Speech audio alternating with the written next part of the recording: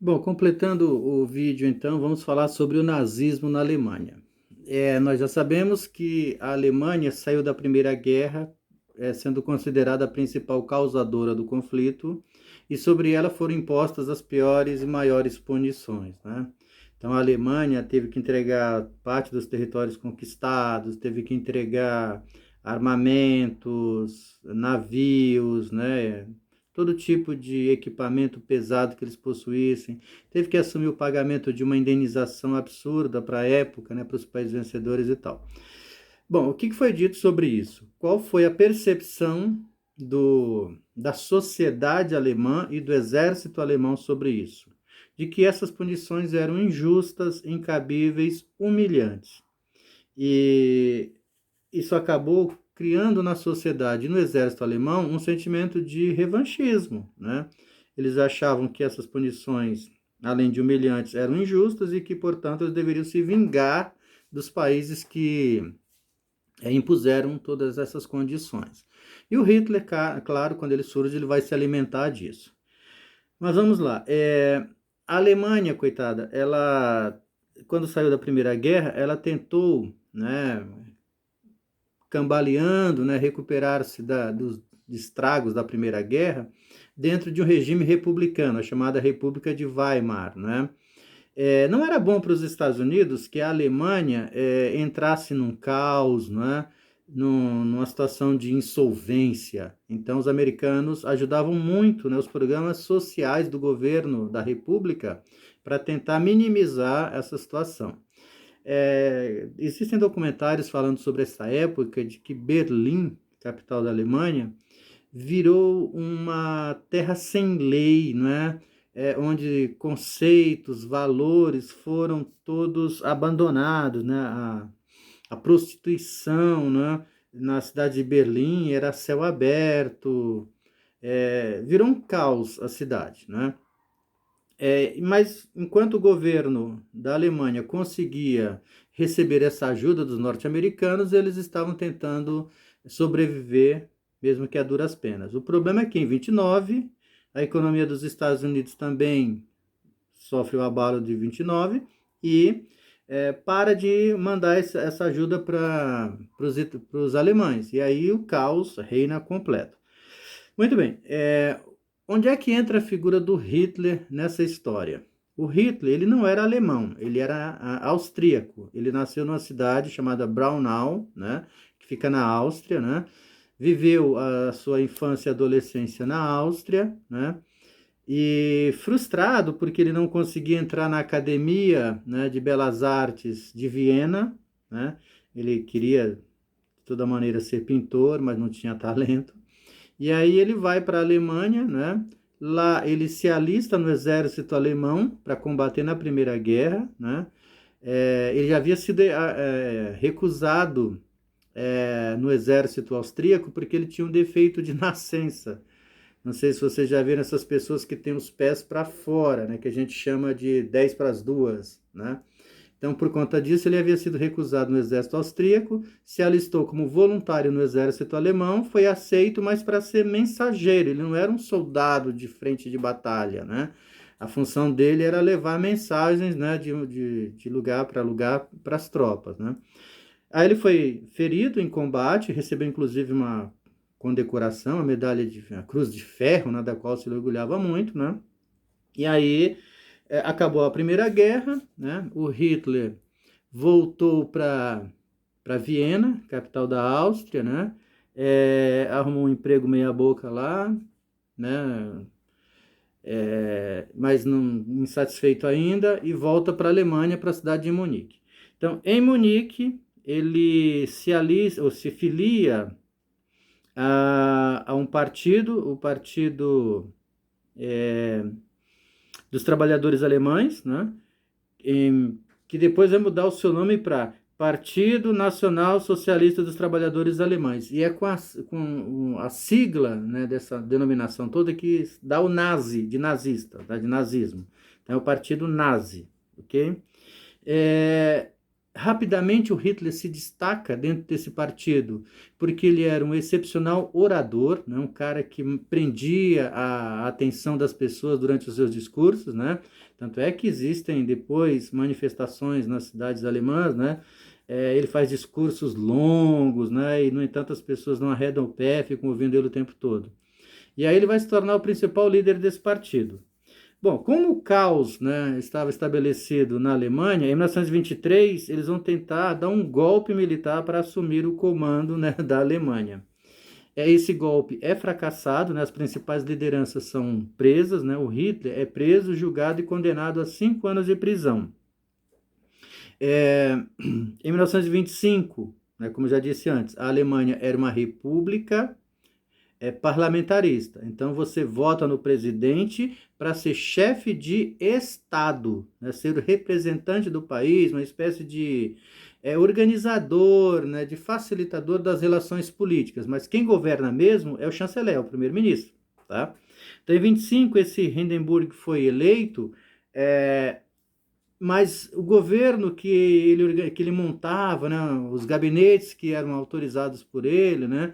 Não conseguiam, né, resultados positivos. E a insatisfação dos alemães só crescendo, né? E aí o que vai acontecer? O Hitler ele não ficou 5 anos preso, ele só ficou 8 meses preso, né? Ele foi perdoado e foi colocado em liberdade. E aí ele volta para o partido, intensifica a campanha, né, para a eleição do parlamento que se dá em 25. E aí o resultado desse esforço é que eles conseguem eleger uma grande quantidade de pessoas para o parlamento alemão, o Reichstag, né, que fica em Berlim. 38% dos deputados do Reichstag eram do partido nazista alemão.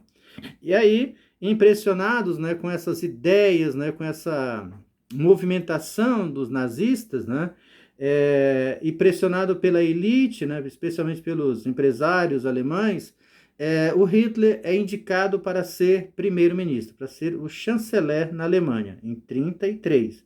Tá? E aí é o início da história do governo nazista na Alemanha. Muito bem. O nazismo, como eu disse, né, no vídeo sobre o fascismo, ele tem muita coisa de inspiração na Itália, no fascismo italiano, mas ele foi além, né? Porque o Hitler ele teve o privilégio de observar o que acontecia na Itália, né? Porque o Mussolini chegou ao poder na Itália em 22, então de 22 a 33 já são 11 anos, né, de experiência do fascismo italiano. Então Hitler pega as principais ideias do fascismo italiano e acrescenta outras, né? Existe um livro chamado Mein Kampf, né, que o Hitler escreveu quando estava preso, né? O Mein Kampf, ou Minha Luta, onde ele esboça aquilo que seriam as principais ideias da doutrina nazista, tá? E esse livro vai acabar sendo considerado a Bíblia do nazismo alemão. Então, basicamente, é um conjunto de ideias pseudocientíficas, né? Mas com grande poder de aceitação das massas, né?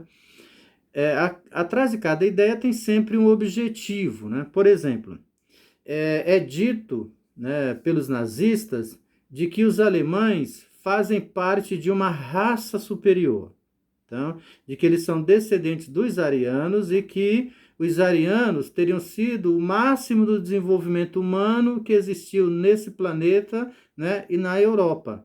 Então, que os alemães deveriam se orgulhar disso, de que eles não deveriam baixar a cabeça, de que eles deveriam ter orgulho, né, trabalhar para reconstruir o país deles, né, porque afinal de contas, na condição de membros de uma raça superior, eles tinham que governar as raças inferiores, tá?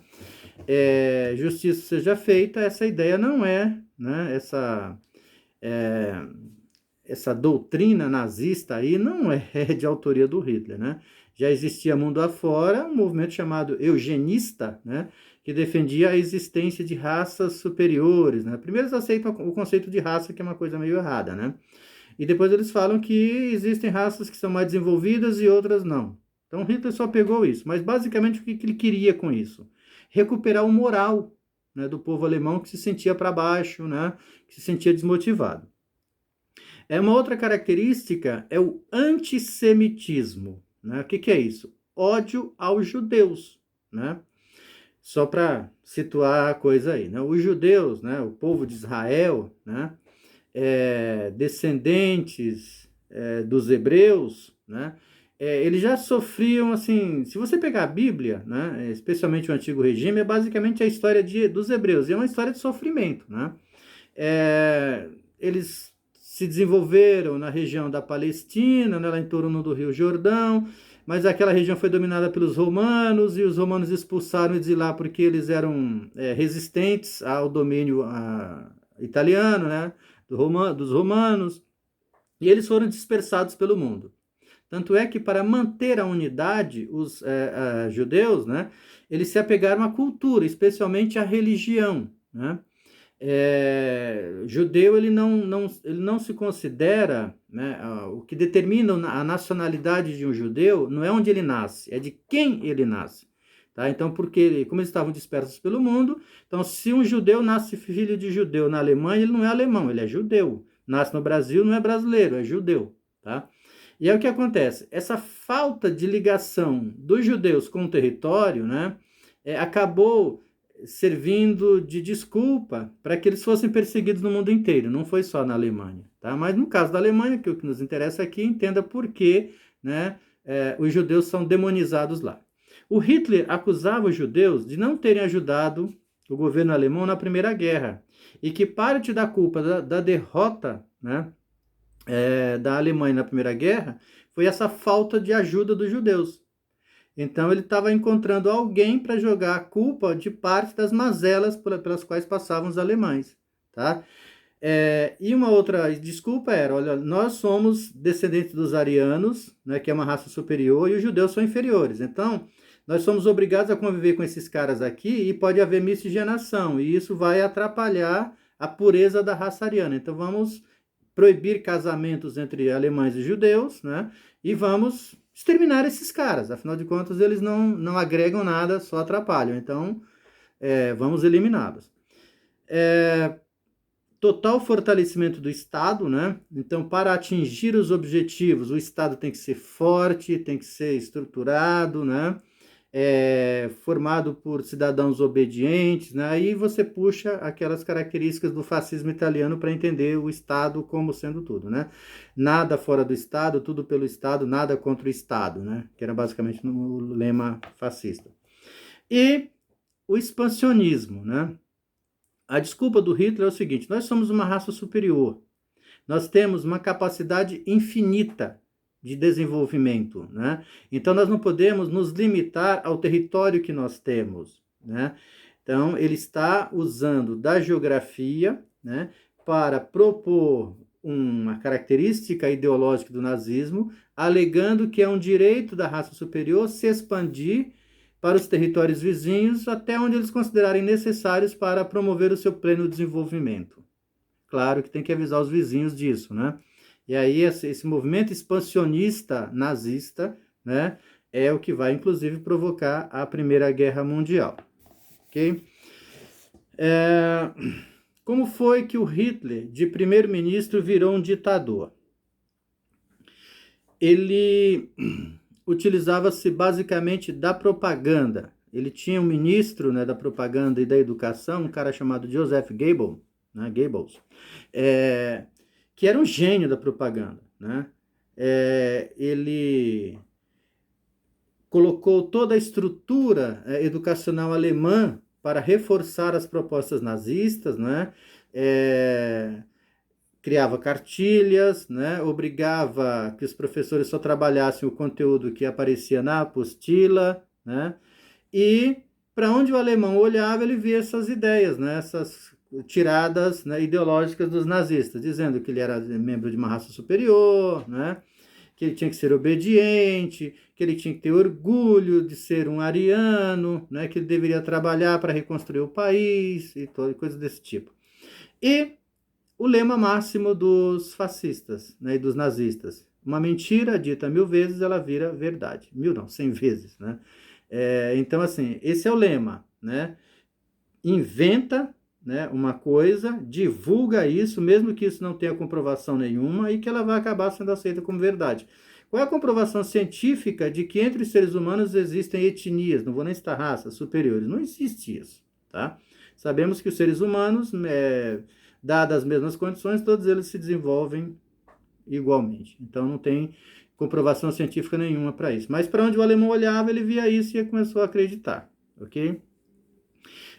O uso da violência, né? No caso da Alemanha, né? Na Itália era a OVRA, na Alemanha a Gestapo, né? Uma polícia secreta que existia, que foi criada para combater os opositores do regime, porque o Hitler ele vai passar pelos mesmos processos, né, que aconteceu na Itália, né? Vai virar primeiro-ministro, cria uma polícia política para perseguir os opositores, né?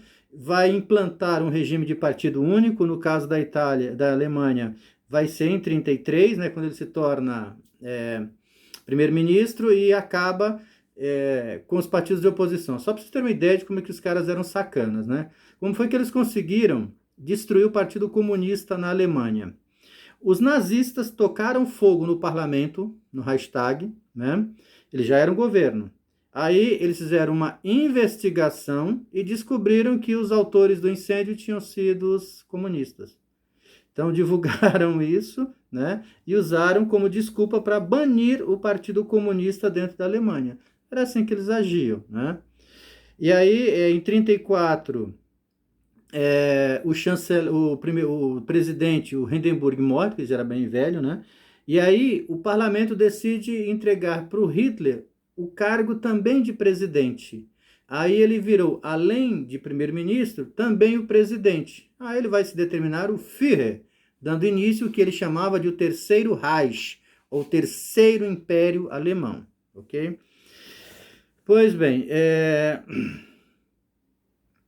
o governo do Hitler, portanto, se estende de 32, quando ele assume, né, até 1945, né, no desfecho lá da Segunda Guerra Mundial, tá? Dentre as outras instituições, né, criadas, né, e os outros artifícios usados pelos nazistas, né, além da educação, da propaganda, tinha também os clubes de jovens nazistas, né, organização de competições, né, de entretenimento para convencer todos a se tornarem nazistas, ok? Nós sabemos também que o Tratado de Versalhes, né, as punições impostas à Alemanha pelos desdobramentos da Primeira Guerra, proibia que os alemães construíssem armas, né, que eles se fortalecessem militarmente.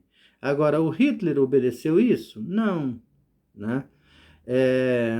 Uma coisa que é importante a gente destacar é que ele se dizia anticomunista, né? Ele era um combatente das ideias comunistas e socialistas. E isso agradava a elite alemã, né? Então, assim, muitas coisas feitas pelo Hitler, né, foram aceitas pela elite, mesmo que fossem coisas absurdas, né, violentas, eles aceitavam porque, não, melhor do que isso, ou pior do que isso seria se a Alemanha virasse um país comunista. Então o Hitler se propõe a evitar isso. Então vamos deixar o cara, né? Pois bem, o nazismo se consolida na Alemanha, né? E o Hitler vai se aliar ao Mussolini, né? Formando o que ficou conhecido como eixo Roma-Berlim. Tá? Desta aliança veio um compromisso de mútua ajuda, né, entre os dois países. E desta aliança também veio a decisão de se apoiar outros líderes com propostas nazifascistas que aparecessem pela Europa. Tá? E um exemplo disso é o apoio que os nazistas e fascistas irão dar à Guerra Civil Espanhola ao pretendente a se tornar líder na Espanha, o general Franco, né? Então vamos entender aí o que foi essa Guerra Civil Espanhola, né? A Espanha vivia sob um regime republicano, né? Que foi instituído em 1931, né? E vigorou até 36, quando começou a chamada Guerra Civil e ela foi dizimada pelos franquistas. Pois bem, durante esse período de república, era democracia, né? Era governo que respeitava a vontade da maioria, né? E quando apareceu o Francisco Franco com propostas totalitárias, né, de se tornar um ditador na Espanha, houve uma resistência da República Espanhola, né? E como muitos membros dessa república eram simpatizantes do comunismo e do socialismo, né, isso desagradava à igreja, ao exército, aos latifundiários, aos empresários espanhóis. E como esse momento é de destaque para o fascismo e para o nazismo, né, as pessoas começam a se convencer de que talvez esse modelo seja aquilo que se esperava para solucionar as crises do capitalismo que se estabeleceram pela Europa, inicialmente pela guerra e depois pela crise de 29. E aí essas elites espanholas vão dar apoio ao Francisco Franco, que formam um exército, e do outro lado forma-se o exército da República Espanhola, e começa a chamada Guerra Civil Espanhola, né? São batalhas violentas, né? Os franquistas, né? Eles são cruéis, né? Nos ataques à República, ao exército, às tropas da República Espanhola, né? Isso vai gerar uma comoção mundial, né? Voluntários do mundo inteiro se alistam nos exércitos da República para tentar defender esse governo democrático espanhol, né? Mas, contando especialmente com a ajuda de fascistas e nazistas, o Francisco Franco vai acabar derrotando a República e instaurando uma ditadura também na Espanha. O que nós temos que prestar atenção e dar destaque aí nesse momento? O apoio que especialmente o Hitler deu ao Franco para vencer o exército da República Espanhola não foi de graça, né? Na verdade, o Hitler já tinha meio que recuperado o exército alemão e estava desenvolvendo uma nova estratégia militar, que é chamada de Blitzkrieg, os famosos ataques relâmpagos, né? Então, os nazistas, né, estavam produzindo tanques mais modernos, os famosos Panzers, né? Tinha reconstruído a aviação militar, então tinha todo um esforço para reequipar o exército alemão e desenvolver novas estratégias. Só que isso precisava ser testado. E aí o espertinho do Hitler fez o quê? Usou a Guerra Civil Espanhola para fazer esses testes, né? Então eles assinam um acordo lá de ajuda do Hitler para o Franco, né? Recebe do Franco a autorização para atacar os inimigos dele dentro da Espanha. E aí tem um episódio que entrou para a história, né, por conta de um quadro do Picasso, que foi o massacre sobre a cidade de Guernica, né? Uma pequena cidade, né, ao norte da Espanha, habitada basicamente por camponeses e tal, mas que não havia sofrido nenhuma avaria ainda por conta da Guerra Civil Espanhola. E aí o que o Hitler fez? Testou lá a famosa Blitzkrieg, né? Os aviões bombardearam a cidade noite e dia, né? Depois entraram os tanques, né? E estabeleceram a ocupação da cidade. Então, assim, essa forma de agir, né, chamada de estratégia militar, que estava sendo pensada na Alemanha, agora pôde ser testada e comprovou a sua eficácia.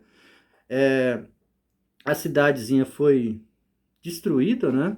Motivou inclusive o Picasso a produzir aquele quadro, né, o Guernica, né? Porque esse governo do Franco é instaurado aí em 1936 e só acaba efetivamente em 1973, 74, quando o Franco morre, né? E aí muitos espanhóis que eram opositores do franquismo tiveram que fugir de lá, e muitos foram para a França, como foi o caso do Picasso. E aí, na França, ele pintou esse quadro, né? E durante uma exposição, né, na Segunda Guerra, a França será dominada pelos nazistas, Paris cairá sob as mãos dos nazistas, né? E aí dizem que durante uma exposição de obras do Picasso, né, lideranças nazistas foram lá visitar a exposição e um deles teria chegado para o Picasso e perguntado se aquele quadro era obra dele, né, Picasso. E ele teria respondido: não, isso aí é obra de vocês, né? Seria motivo para ele ser decapitado, né? Mas passou em branco. Então, olha, além da Itália com o fascismo, da Alemanha com o nazismo, você tem também a Espanha com o franquismo. Mas não para por aí. Em Portugal também você tem a instalação de um governo totalitário e ditatorial através do ditador Antônio de Oliveira Salazar, ou salazarismo, né? Ele se instaura no poder em 33 e só sai em 1974, né?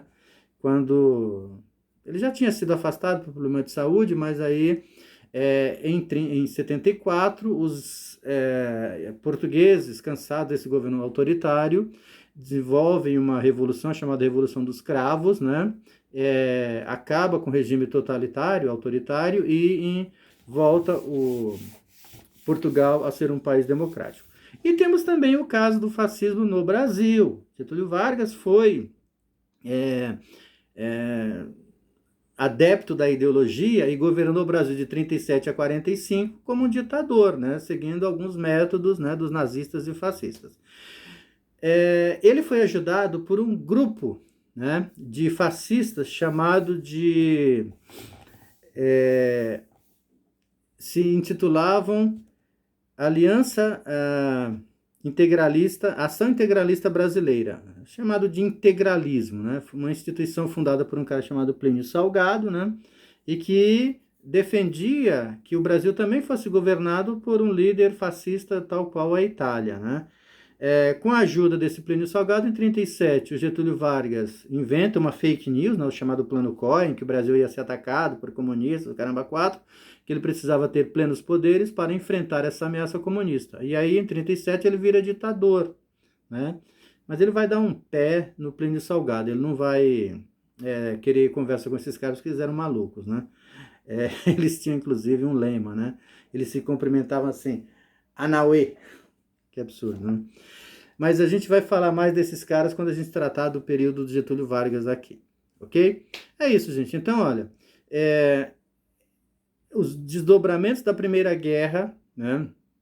Crise de 29 reunidos, vai contribuir para o surgimento desses regimes totalitários mundo afora, tá? Sem contar o Japão, né? O Japão também tem lá um projetinho autoritário, né? Porque o Japão era um império, né, em pleno século XX, onde a população considerava que o imperador era um deus, né? Então é só vocês lembrarem que os kamikazes, né, que jogavam seus aviões, né, contra o inimigo, provocando a própria morte, faziam isso em nome do imperador, ok? Então é isso, tá? Eu espero que vocês tenham entendido. Então a gente espera agora a nossa próxima aula online. Se alguém tiver alguma dúvida, a gente resolve lá, ok?